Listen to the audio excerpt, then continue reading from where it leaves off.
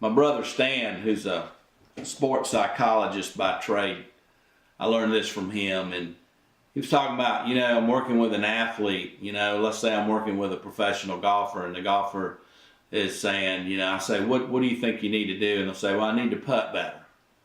And I'll look at them, and they may be number 1 in driving, they might be number 2 in their short game, they might be 20 in putting.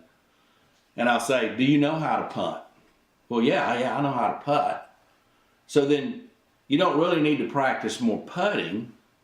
You just got to believe you're good enough to make that putt. You got to believe that I'm supposed to make that putt. And part of the process is understanding that you are good enough to be the person that you want to be the salesperson that you want to be. You don't really have to necessarily go first and say, I need to improve here, I need to improve here, I need to hit more, I need to make more time to practice putting on the practice range. That's really not what you need to do, because the truth of the matter is, if you're professional in what you do, you already know how to do it, and it's not necessarily that you need a lot more practice. You just got to start believing that you're good enough to make that putt.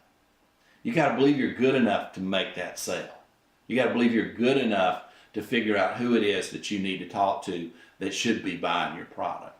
And then once you decide that you're good enough, then you can decide, where do I need to spend some time to get to where my practice needs to be.